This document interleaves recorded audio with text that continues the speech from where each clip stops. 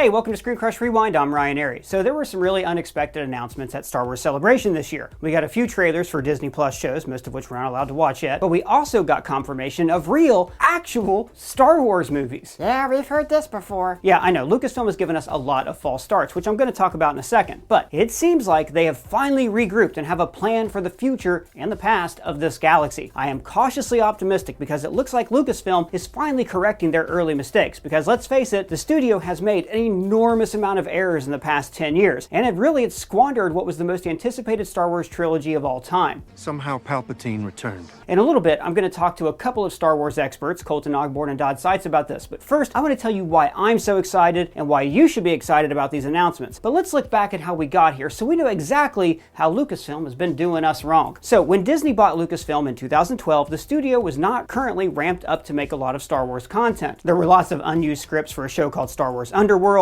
there were Clone Wars episodes being created, and there was the usual comics and expanded universe material. And Lucasfilm had also completed several episodes of what appears to be a pretty terrible animated show called Detours. My lords! Hey look, it's my foot! Lucas had just started to develop a story for Episode 7 with screenwriter Michael Arndt, who wrote Little Miss Sunshine and Toy Story 3, and you can find many accounts of what that story would have been online. Now, when Lucas sold his company, he thought that Disney would continue to make the trilogy that he had outlined, but instead, they decided to go another way. So the work of Arndt was dismissed, and Lucasfilm essentially outsourced the movie to Bad Robot, J.J. Abrams' production company. Disney was very bullish about this franchise, saying they planned to make a Star Wars movie every year, alternating between saga films and spin-off films. But, and this is key, this new trilogy was not planned out. J.J. Abrams loves to talk about mystery box storytelling, where the mystery of something is the appeal of the story. Now, normally, Star Wars movies had 3 years between installments. Plenty of time to write a script, do pre-viz, make a movie, do post-production. But this new trilogy only had 2 years between projects. So Ryan Johnson was given carte blanche to continue the story of Episode 7, and Jurassic World's Colin Trevorrow was able to do whatever he wanted with Episode 9, picking up from where Ryan Johnson left off. And then the spin-off films had massive production problems. Rogue One's final act was completely re-edited with extensive reshoots, with some accounts saying that Tony Gilroy should have been credited as co-director with Gareth Edwards. Solo had completed more than half of its principal photography when directors Phil Lord and Chris Miller left the project for creative differences. You're fired! Leaving Ron Howard to reshoot large sections of the movie and even recasting the villain from Michael K. Williams to Paul Bettany. Yes, we almost had Omar in Star Wars. A man got to have a code.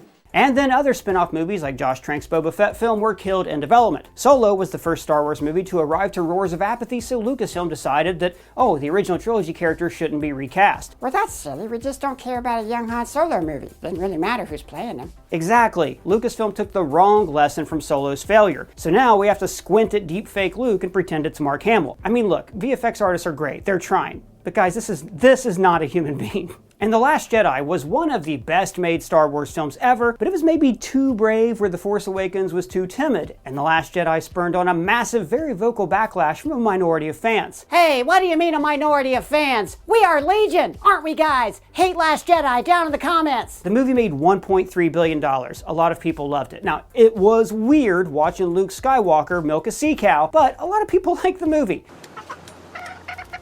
But Lucasfilm knows that Star Wars should be as popular as possible for as many people as possible, so they overcorrected for that Last Jedi backlash. And there were some other very sad behind-the-scenes problems. The death of Carrie Fisher made Colin Trevorrow's Episode 9 script incredibly difficult to film, so he was replaced by J.J. Abrams and Chris Terrio, the writer of Batman vs. Superman. Kill Martha! You know what happens next. Somehow Palpatine returned. They fly now! They fly now! Because you're a Palpatine. Where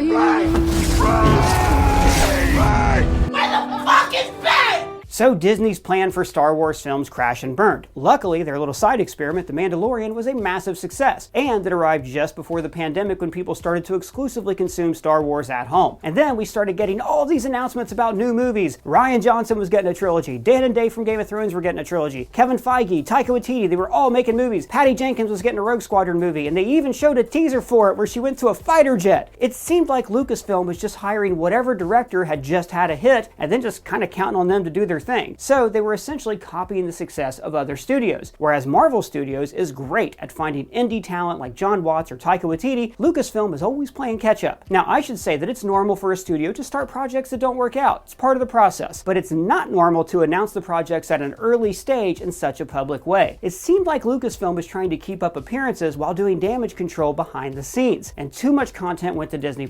Obi-Wan would have worked better as a movie, and so would the Book of Boba Fett. And so much of what they are producing is tied to the original trilogy instead of giving us something new. But now that has changed. We are going in new directions. Original trilogy timeline stories like Bad Batch and Andor are entering their final seasons. One of the films that was announced is a film by Dave Filoni that's going to be the culmination of the story they're telling in the Disney Plus shows. It's kind of like they're going to assemble a Star Wars Avengers movie, which actually we made a video about. So Lucasfilm has found this span of time between Return of the Jedi and The Force Awakens where they can tell creators, hey, this is your playground. Tell your stories. Very similar to how comic book creators can tell the story set between the original trilogy movies. But best of all, we are going to the past and the future. The sequel trilogy was enormously disappointing and failed to deliver on the promises of that story. But now we're going to go 15 years in the future and see Rey setting up a new Jedi Order. Daisy Ridley is one of the most talented actors to ever perform in a Star Wars. The whole sequel trilogy cast never got the movie they deserved. And now, we don't know what's going to happen. Is the galaxy overrun with pirates or with darkness or new Sith Lords? What happens in an era that is truly post-Palpatine? What kind of Jedi Order can she possibly forge out of the chaos after the destruction of two galactic governments? But most of all, I'm excited for the James Mangold movie Dawn of the Jedi, set 20,000 years in the past at the formation of the Jedi Order. The first humans to use the Force, to build lightsabers, to be the light in the darkness of the galaxy. The first Jedi to abuse the Force and then call themselves the Sith. A galaxy that is just discovering hyperspace, that is filled with interstellar conflicts. Yes!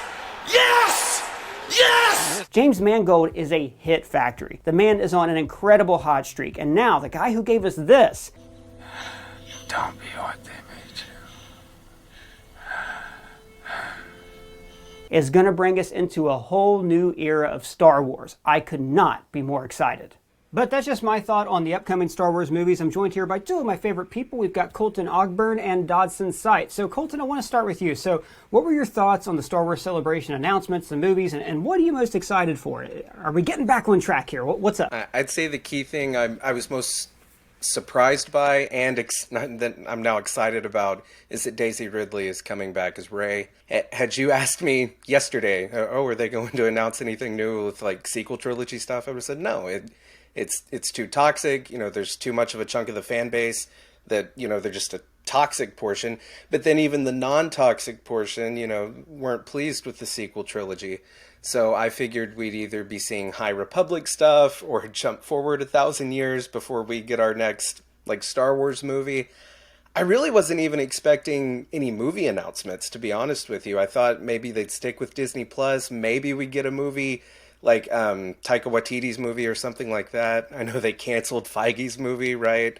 And there was one other that I know is now off the books. But the Daisy Ridley thing is the thing I'm most excited for. I loved Force Awakens. That is one of my top Star Wars movies. Did not like Last Jedi. Really did not like Rise of Skywalker. And while I could understand the point of view from a certain point of view, if people saying we need to run from that, we need to abandon everything sequel trilogy, I understand that. But I think there's enough good there. I think there's enough good in the sequel trilogy. They are episodes 7, 8, and 9. And, once upon a time, the prequels were hated.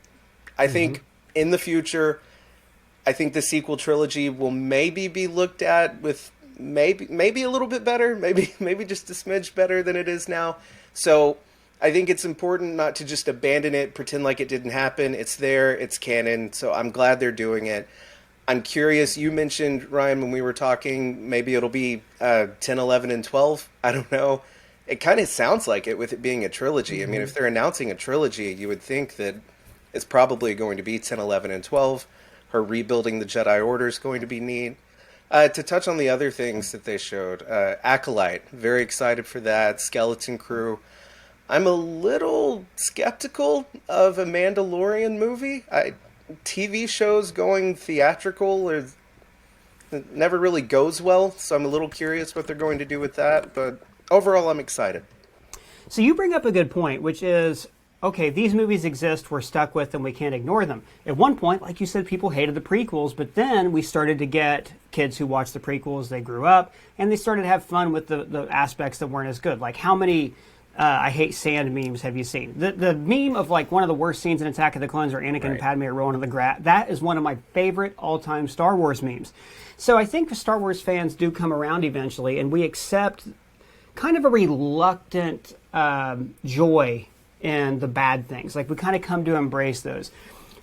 The sequel trilogy, because the 3 movies are so tonally different, and we were, kind of blindsided by Palpatine, I think it's going to be a little bit harder for us to get there. But we are seeing on The Mandalorian and Ahsoka all these things that are kind of making those stories better in the same way that the Clone Wars made the prequels better. So I love, like you said, that they're doubling down. They're saying, no, we're going to keep this going. So I think hopefully these new movies, if done right, will make us look back fondly on the sequel trilogy because, they'll make it all make sense. Especially if it turns out that, they lied about Rey being Palpatine's granddaughter. That would actually be pretty sweet. I'd love that. What about you, Dodd? What are you feeling here? What did you like? What are you most excited about? And is Star Wars back on track for you? I mean, I think in a lot of ways it is, and I think both you and Colton were pointing to it earlier. The secret and the sauce was Dave Filoni, right? Before, when we looked at the prequel trilogies, when they first came out, there's a lot of people who especially got lost in the space politics aspect. I personally love the space politics aspect, but like when I was a kid, of course I didn't understand most of it. Now, growing up and having the Clone Wars and having Rebels and kind of all those things kind of flesh out that universe more so, made us love that universe more, made us love Kenobi more, made us love all of these things more. And now, the same thing kind of happened with the sequel trilogy, right? It came out, we had a very averse reaction for very valid reasons. I'm still not quite over the whole Space Mary Poppins bit that Leia pulled, but, however the case may be, Mandalorian and even Bad Batch has helped flesh out some of those kind of plot holes that we had in that universe, and now it kind of feels like it's been built up to, and now I'm kind of interested to see how the First Order came to happen and like all these like fumbling aspects of the New Republic. So I'm super excited for that. I think Dave Filoni getting his chance, like his first ever chance to direct a movie, is super duper exciting. I think that it's really cool to see, this kind of like redemption thing that we've been doing for a lot of the Star Wars actors who are, really burned by the Star Wars fan base. Like Rey coming up on stage and getting all the cheers and the reactions that she's been getting for this is huge. And it feels a lot like Ahmed Best in Mandalorian getting his bit of redemption. So I think the secret sauce here has been Dave Filoni, but by far, I'm with you, Ryan. My favorite thing that I'm most excited about is this Dawn of the Jedi. I've really wanted to see a Star Wars movie that takes place at the beginning of the Jedi Order, because I think that's a really, really fascinating part where we jump in Star Wars. The Jedi are already painted as a good guy, right? But when you go back to the very beginning, the Jedi were simply the people that named the side of the Force a light side and a dark side. They essentially assigned a morality to a force of nature. And the Sith were really just defacting Jedi that said we should use all of the Force. Now, they did a lot of really messed up things along the way and got really far down that line to where they had something like Palpatine, come to power. But the whole aspect of that is really lost in the original trilogy and the sequel trilogy and even in all of the Star Wars we've seen. So there's so much potential with this. And of course, like the High Republic, some of those early Star Wars stuff is a lot of things that have been explored in video games. And so I know for a lot of people that played those games, it's like, seeing aspects of that universe is something that we've wanted to see for a long time. I think it's interesting that you're giving Dave Filoni his flowers on this, because I love Clone Wars, big fan of the Bad Batch, Rebels. I'm hit and miss with. I've got a whole spiel I can go into about that.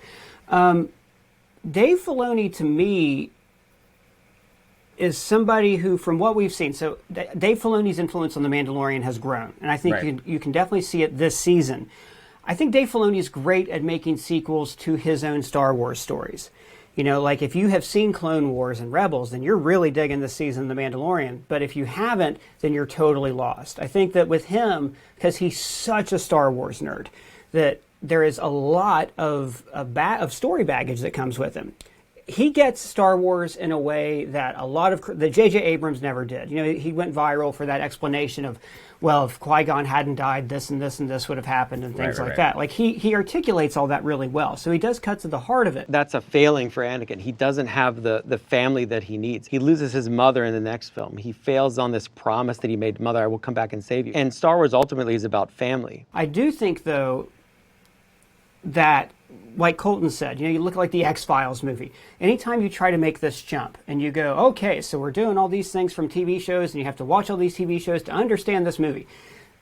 Movies also need to be standalone. So I think it's very tricky to expect somebody to have watched all these episodes of The Mandalorian, Boba Fett, Ahsoka Tano, Skeleton Crew, whatever Rangers in the New Republic becomes, all this stuff, just so they can understand this movie. I'm the most pessimistic about that. I kind of feel like Dave Filoni had some big wins when Lucasfilm needed wins, and he's being rewarded for them, rightly so. But I do question, just kind of based on what I've seen in Boba Fett, I don't know how much he was involved in that and how the clunky, like, the broader storytelling's been in The Mandalorian. I'm a little more pessimistic about that. Right. But, again, like, when you hear Dave Filoni talk about Star Wars, he's one of us. And it's like hearing Kevin Feige talk about Marvel. He's one of us. We know our own. So cautiously pessimistic about that one is all I'm going to say. So back to what I was saying earlier, I think we're at an interesting point with Star Wars where we had so many false starts, which are not uncommon in movie studios, especially if you consider that Lucasfilm was essentially a new studio when Disney bought it. George Lucas gone, Kathleen Kennedy. So they had to kind of, even though the infrastructure was there, they had to like come up with their identity and things. And I feel like the sequel trilogy was so divisive and Solo was so ignored that when The Mandalorian hit, they doubled down on TV shows. And then we started getting these weird movie announcements, like you said, Colton, Kevin Feige, and all this other stuff. Like, oh, okay. And then they would cancel them, which is totally normal in the movie business. It's abnormal to have every single movie announced before it's even in development. This is the first time we've gotten movie announcements, apart from Rian Johnson's trilogy, that I am excited for. Like, I'm hearing this, and we are spanning 25,000 years of stories, right? That's incredible. They're really taking the galaxy into new places and building on what worked and what didn't work from before. Colton, what do you think? Was Star Wars off track? And do you feel better after this Star Wars celebration about where at least it is on the big screen? Oh, it's been extremely off track. I mean, don't get me wrong. They've been making terrific stuff. I would say Andor is probably the best Star Wars we've gotten since the original trilogy. The Mandalorian's been great. Boba Fett, not so much. Kenobi, not so much. And like I was saying a little bit earlier, I am a little surprised that they're now kind of doubling down on the movies, because it seemed for so long that they were kind of abandoning the movies for a little while, and maybe they were going to be rare. I mean, they took Kenobi and Boba Fett, both of which I think should have been movies, Kenobi especially. That I think they really would have benefited from that. But yes, I think it's nice to see that Lucasfilm seems to have a plan. I mean, even if it didn't sound like a great plan, I'm just glad that they have a plan and they're actually announcing things. The last few Star Wars celebrations, am I right? They didn't really announce much, didn't show much. This Star Wars celebration actually has like a lot of announcements, announced movies. So it seems that they're like getting their ducks in a row. Kind of going back to Dave Filoni for a second, I wanted to talk about Jon Favreau. Is it confirmed that Filoni is directing this movie, the Mandalorian crossing over all those stories? Yes. I would feel a lot better if it was Favreau, and I would feel a lot better. I've heard rumors that Kathleen Kennedy is stepping out. I'm not a Kathleen Kennedy hater. I think she's been one of the best producers in Hollywood. I mean, Steven Spielberg loves her. I think she's done great stuff. But Star Wars has been, having some issues with all the cancellations of movies and stuff like that. And it just has seemed off track. I've heard the rumors that she's leaving. And if she does leave, I think Jon Favreau is the right guy to put in there. I think that may already kind of be, I'm speculating now, but I think that may already kind of be happening with this announcement that they're going to be having the Mandalorian stuff go into the movies. As far as your question goes as to are they on the right track now? Yes, and the reason being is they actually have a track. They actually have a plan, and that's what I'm most excited for. What it turns out to be, we shall see. Doc, how about you? Did you feel like Star Wars is off track, and is it back on track now? How do you feel about the future in general? Okay, so I think that's an interesting question because, like, Star Wars has spanned over such a long period of time, right? You could talk about it being off track. You could talk about it being off track in several points of its history, right? And so I do feel that we're getting better, more back on track. I do think that this Star Wars celebration felt a lot bigger and better, like you were saying, Colton, than the last one. And the plan for the future seems a little bit more secure, right? I think I don't know if we talked about this in the video or not, but the plan was a lot like trying to emulate what Marvel was doing, which is funny to me because I feel like if there's anybody that started like the connected universe idea, it was probably Star Wars with all the different franchises that they put out there. It just wasn't working very well, right? And so they had decided like this is in and this is not in. And so Marvel, when they got their ducks in a row, they were like, okay, we're going to make sure that everything fits in perfectly and everyone knows that this is fitting in together. So I think Star Wars is getting back to that. And I do think that also when we talk about like Disney Star Wars or Star Wars post Lucas, I think that Star Wars really does well with stories that don't involve Jedi. Like I do think that Solo, I like Solo. I think it's a lot better the second time you watch it around. But Mandalorian, Rogue One, all of these stories that don't have Jedi in them, they tend to do pretty well. And for that sake, I think that now we've gotten enough time to really see what works in Star Wars. And so we can kind of go back to these stories that, well, I mean, one of these movies in here doesn't involve Jedi at all, assumedly, like the Mandalorian one with Dave Filoni and Ahsoka and all of that universe. Rey, of course, going to be a big factor in the future movie. And then in the past movie is going to be, of course, the Dawn of the Jedi. But I think we're now at a time where they've found what's working in their Star Wars universe. They can add in the elements that are doing successful and go through with something that we all enjoy.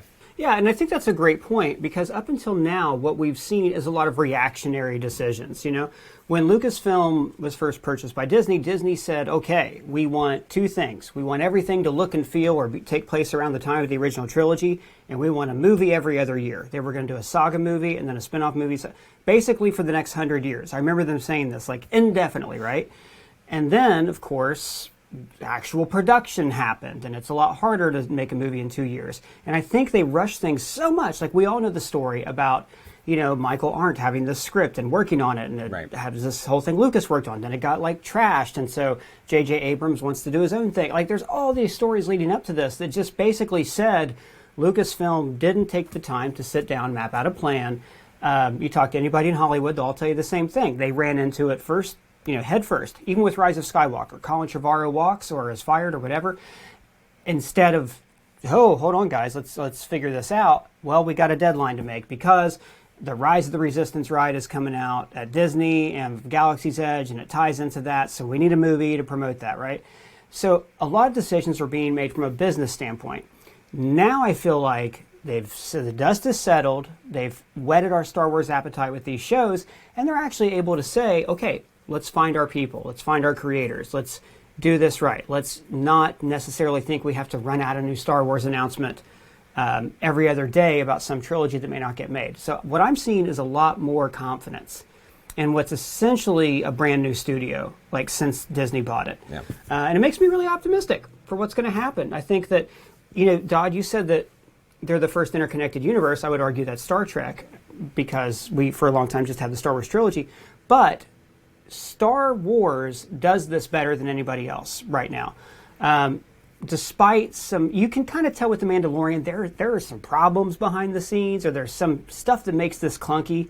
Like with introducing the Book of Boba Fett and having the reunion happen in there, that's clearly like, okay, we only have 8 episodes of The Mandalorian, let's get this thing, and we need then in this. Like they're trying to, it's very awkward, very Marvel Phase 1-ish. But on the whole, if you're somebody who reads the novels, watches the animated shows, reads the comics, Star Wars is a cohesive story. And now, for the first time in a long time, I really feel like they're saying, all right, well, what's out there? Let's get away from this 25-year span after Revenge of the Sith and at Return of the Jedi.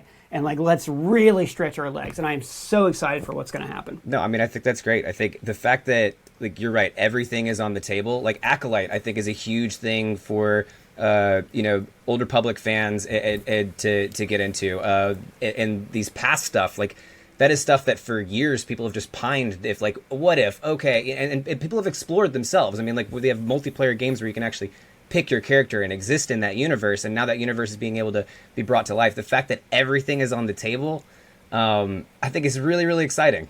The possibilities with Star Wars are endless. That might sound cliche, but it's true. They have George Lucas created probably the single greatest fictional universe that has ever been made, and there is no reason that Lucasfilm and Disney shouldn't be cranking out some of just the absolute best movies and TV shows. And like they're doing okay right now, but I'm excited to see where they'll go. But what Lucas left them just in terms of world building and what they can do with it, I'm very excited to see what they're going to do with it. And I just really hope they don't drop the ball. Hey, I don't think James Mangold doesn't know how to make a bad movie, man. He's true. Always on the ball. If Indy's bad, my heart will be broken. But like, it's really interesting when you said about how like they were fumbling at the beginning about like, oh, we had to get a ride out and we had to push this out, so we had to push a movie out, right? The thing that is really funny to me, I watched this documentary on the Star Wars Holiday Special, and that's beat for beat how that happened.